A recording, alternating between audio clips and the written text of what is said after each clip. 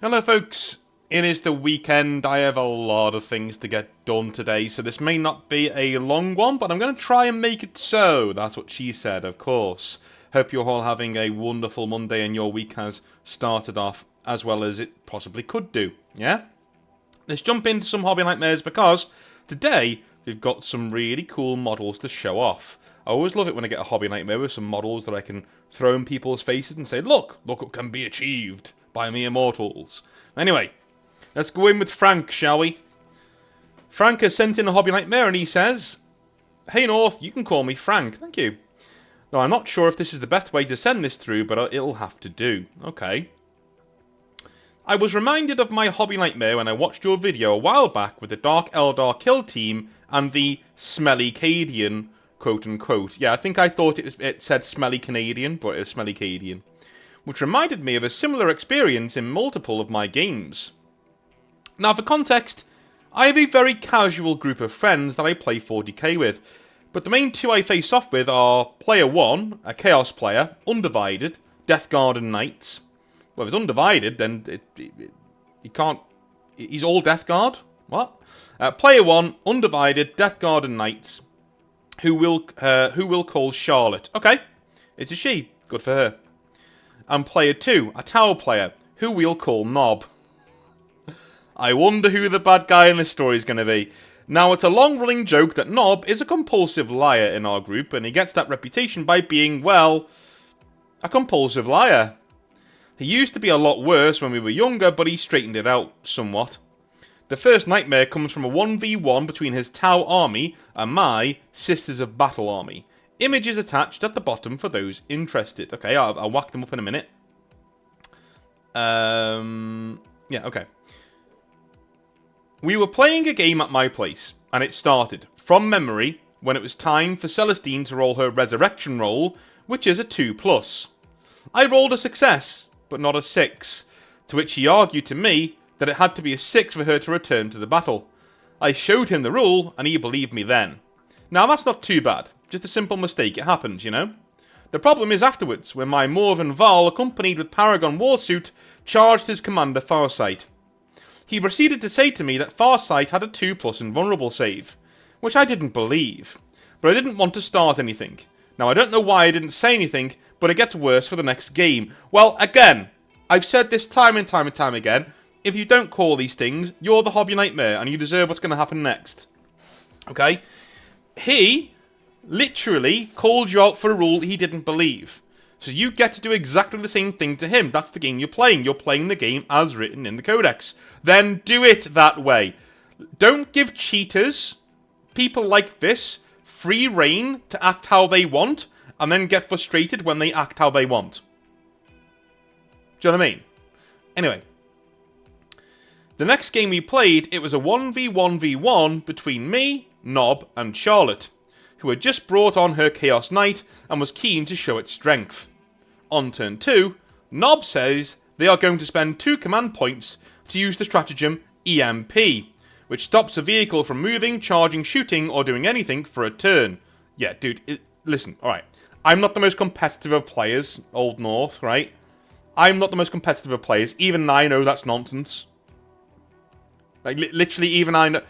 Games Workshop rules are not written that way. Anybody who's read a codex will know that's not a rule that's in Warhammer, right? Have you ever had that? Have any of you guys in the comment section ever played a game of 40k with somebody and they've pulled a rule out of nowhere that is so bizarre that it just doesn't fit?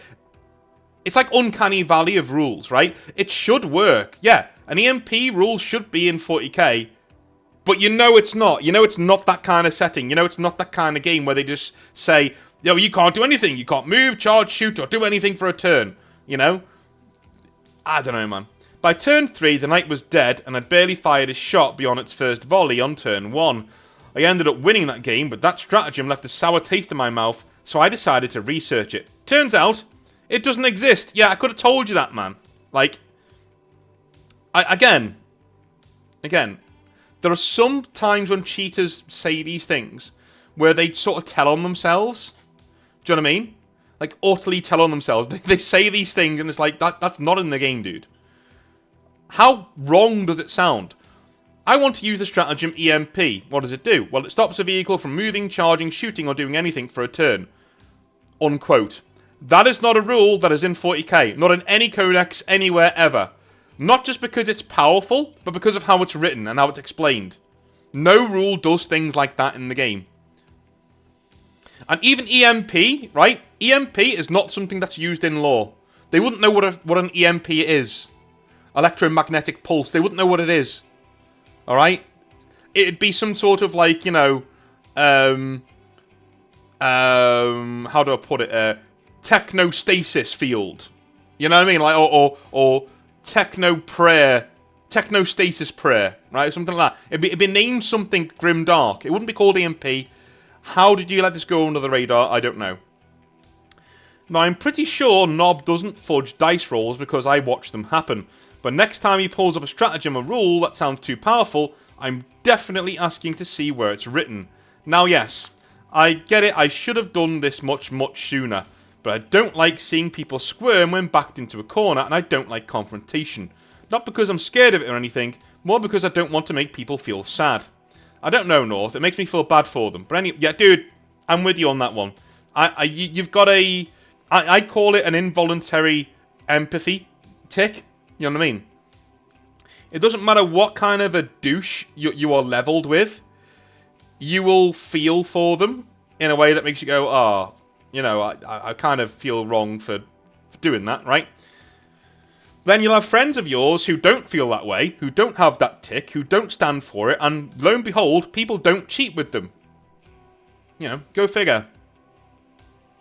But anyway, I hope you enjoyed this. Feel free to grill me on anything. It'll help me in the future. Pictures below. Yeah, I love these pictures, by the way. Oh, well, I've already grilled you, dude. Let's look at your pictures. Let's look at your pictures. Because some of these are pretty darn impressive. Let me have a little look here. Here we go. Alright, first things first, buy a better camera. It makes your models look better. Especially when you have really cool wings that have galaxies on them. That looks awesome, and it deserves a better camera. Next. Ooh, I like the back more. Look at that. Look at that. Don't make me sing the camera song again. I will sing the camera song again if these get any more fudgy. Yeah, it's kind of fudgy. Looks good though. Looks good though. I like it. I like it a lot. Yeah. Pretty epic.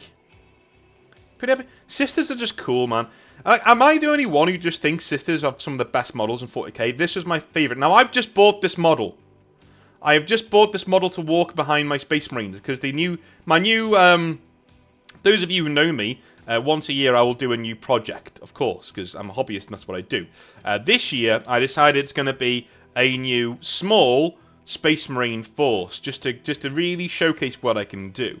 And so I took a chapter from the wiki, from the Chaos Space Marine 6th edition codex, called the Emperor's Wolves, and I basically created a chapter, right? I've used the Games Workshop's own colour scheme for them. They've got no lore, so I'm going to write some lore for them, and I'm pasting them up. But they are very ecclesiastical. They're very into the Emperor being a god.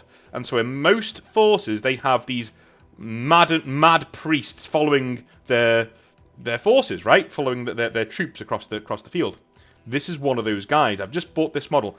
I was literally in my hobby store, walking around, and I saw this Munistorum priest, and I thought, I'm getting that. Should I? No. Am I going to play him? No. Is he going to have stats in the game? No. He's literally going to be a familiar who just follows one of my Space Marine Emperor's Wolves infantry units around. That's it.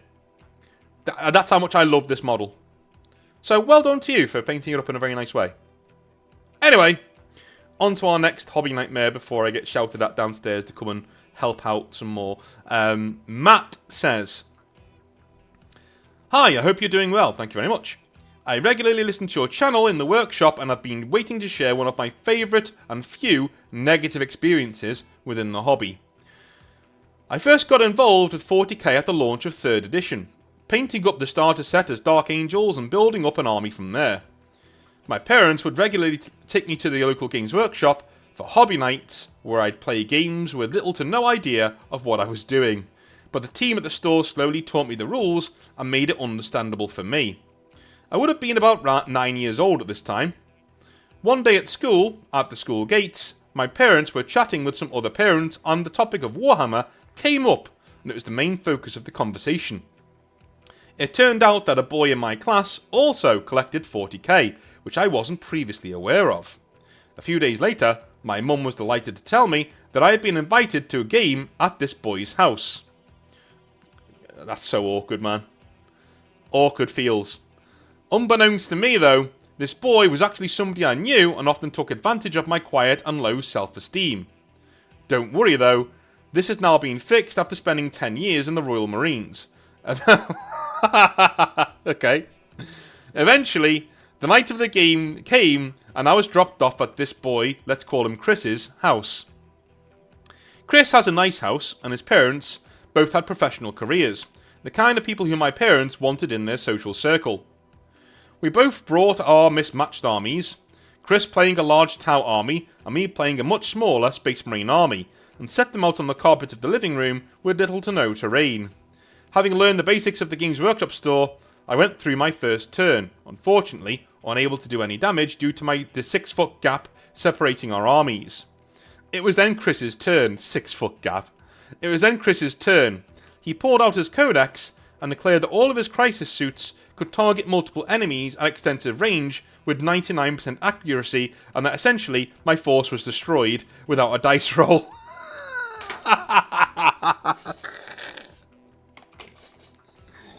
Oh, I can't have a go too much because these are kids, right? Do you know what I mean? It's just funny. It's just funny. Oh, it was then that I realised Chris was only referring to the lore section of the codex. This makes it more interesting. Chris was only referring to the lore section of the codex, taking the narrative description of the game as the way you played. When I told Chris this, he was quick to call for his parents. Not being ones to seem incorrect, I now had the entire family telling me I didn't understand the game and that Chris's intentions were indeed correct. After defeating me without a dice roll, I obviously felt a bit bewildered and got ready to go home. However, I wasn't due a pickup for another few hours, and this was the day before mobile phones, so I didn't exactly have an escape plan. The next few hours were demoralising, with Chris demanding more and more games, and his parents celebrating every win. Eventually, my mum picked me up, but that was the end of me playing games with Chris, let alone being more social with him. This event didn't stop me from hobbying, and I continue to this day, running a hobby-associated business and helping run the local gaming shop. Please keep up with the great work with the channel, it's always a joy to listen to, even when the stories go a bit pear-shaped at times. Thanks, Matt. I'm gonna say this, dude. You mentioned earlier in the story that this guy had a go at you at school, was a bit of a bully, right? Maybe he wasn't a bully like he was literally, traumatizing you and things like that, but he was just being a bit of an idiot at school to you, right? The way his parents reacted to him blatantly cheating in that game and okay. Me and a friend of mine, we're now fathers, and we think that's hilarious because if there's two men in the world who really shouldn't be fathers, it's me and him. And even if we didn't know a game, right, we would still sit down and be like, okay, who is in the right here? We wouldn't just take our child's side. You'd find out who's in the right, and then you'd explain who's in the right and how to do it properly, and then have fun, right? You'd use it as a learning experience. And if a child didn't want to learn or threw their dummy out, then you attend to that as well. You say, right, okay, you can go upstairs. You know, you can go upstairs then. Bye. You can go have a timeout, because this is how you play the game.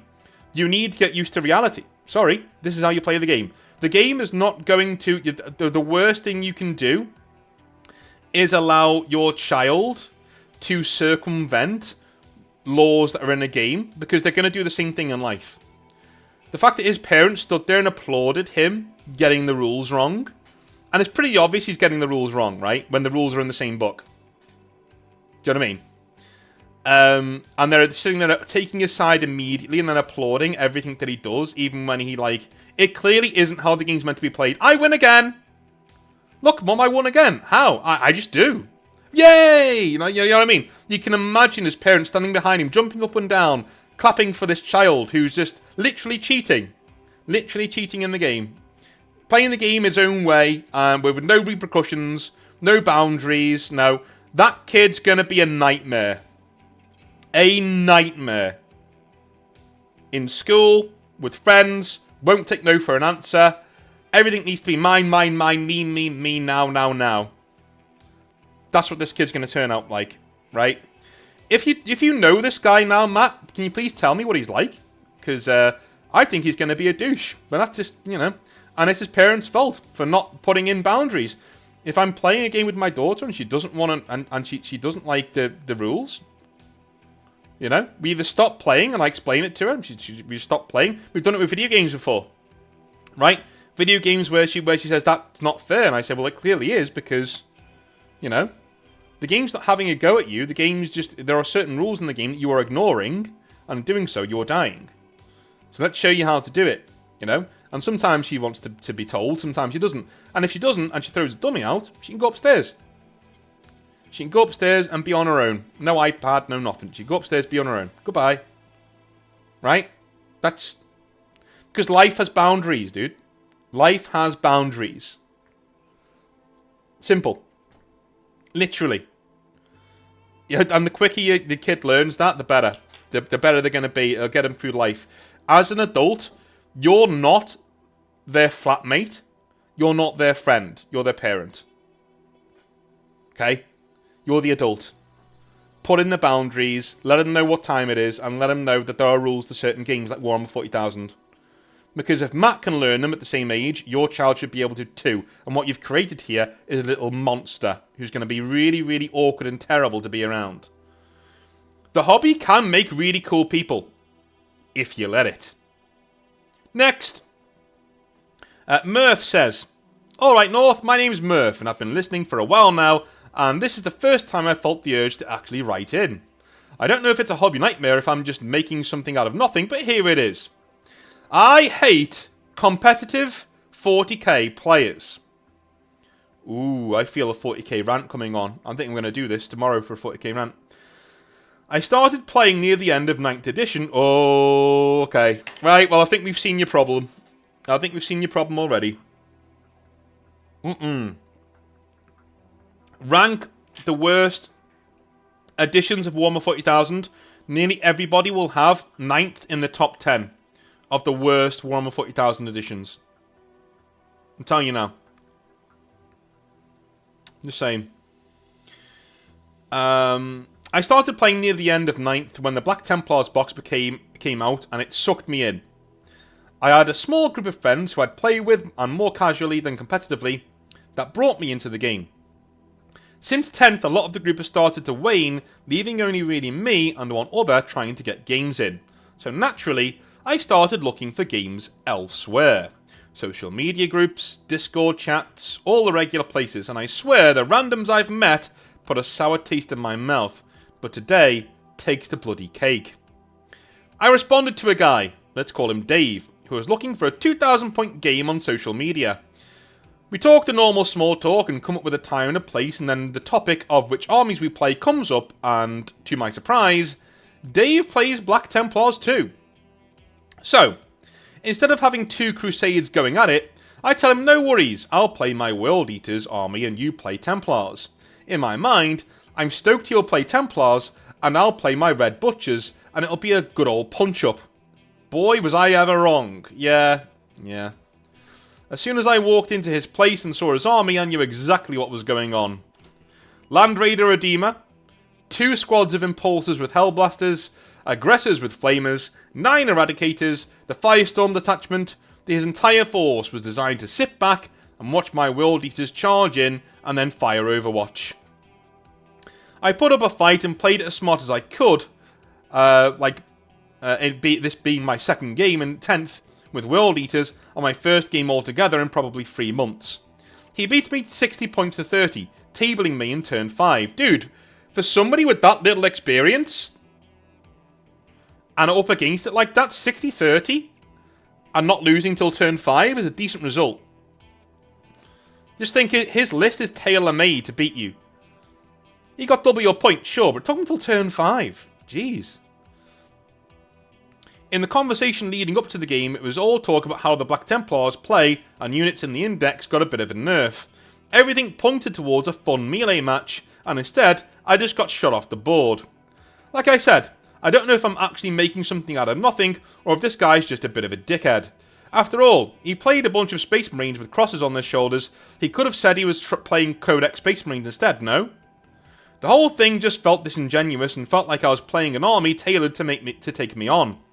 I don't know if it's just the last couple of people, or if it's me, but everybody just seems so focused on getting that W that they couldn't care less about actually having a good game. The real topper is, I came home this evening from having dinner with my family, and here he is on a Black Templars Facebook group, bragging about his victory with his tailored army. No Black Templars characters, 1 unit from the Codex, and no melee.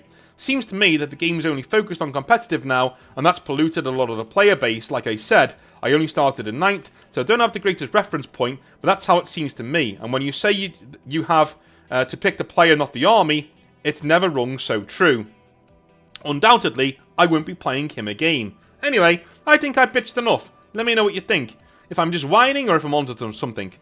Love, Murph the Templar. I think you're onto something. And I'll expand on it tomorrow. I'm not going to give away tomorrow's video content all in this Hobby Nightmare. But tomorrow we will be focusing on... I've been thinking about doing it for a while, but we will be focusing on why 10th edition tends to suck balls. The main reason... not going into it too much, but the main reason, at least for me, is that it is almost wholly focused on balancing competitive tournaments and events. That's terrible. That's terrible. Right? Absolutely awful. You do not balance a game like this by looking at your competitive events, because those people play for blood, right? There should be, if you want to do it this way, have 2 distinct rule sets, right? Have one for competitive play and one, call it Don't Be an Arsehole edition, whereas literally you play this for casual play. That's it. I know people say, oh, there's different ways of setting up your army to be... No, I don't care. No. I mean 2 complete rule sets, right? One for competitive play, one for casual play. You know? In the competitive play, you know, there are certain combinations you need to take to be the meta for each army to be competitive, right? In casual play, it's the Don't Be an Arsehole rule. It's almost the same rules. But, you know, we trust you to not take anything too overpowered. It's casual play. That kind of a thing. Maybe they already do that. I think they can't. They kind of do already do that. But that's not the focus of the edition. The focus of 10th, and you can see it, right? That every single errata they bring out, every single Q&A they bring out for the rules, every single one is always about making sure nothing has any sort of advantage over anything else. And in doing so, they strip nearly all of the lore-based coolness from your army. I play Grey Knights. I don't want to teleport around the board every single turn. That's not what Grey Knights do in the lore. Do I need to smash your head into the fucking Codex for you to get the point? That's not what Grey Knights do. Grey Knights teleport once into the face of the enemy, and that's it. Then they get their swords out, they get their blades out, they see the biggest, baddest chaos thing on the tabletop, and they stab it in the arse until it dies. That's what they do. The best time I've ever seen Grey Knights represented on the Codex, quite controversial, 6th and 7th edition. Because they had Force. Right? Now, should Force have been that powerful? Yes. Yes. But I would have put it only on, like, characters and champions and sergeants and things, right? The entire group of Grey Knights shouldn't have Force. It should be the main guy in the squad, you know. And what Force did was, if I did 1 wound to your multi-wound character, it's dead. No saves, it's dead. If I do 1 wound and you fail the save, it's dead. That meant that people with big, massive monsters looked at your Grey Knight list and quivered in fear. As well they should, because that's what happens in the lore. The lore resembled the rules. Because back then, competitive tournaments were starting to come in as the main focus of the hobby, but they weren't yet. Esports kicking off ruined the hobby. Because Games Workshop wanted a piece of that pie, because they want a piece of everything at all times. Forever, right? Now, the entire focus of 10th edition is competitive play. Which means we can't have fun anymore. Even if you're a Black Templar player, if you're coming up against a melee player, and you want to win the game, this is what you take. It ruins it, man.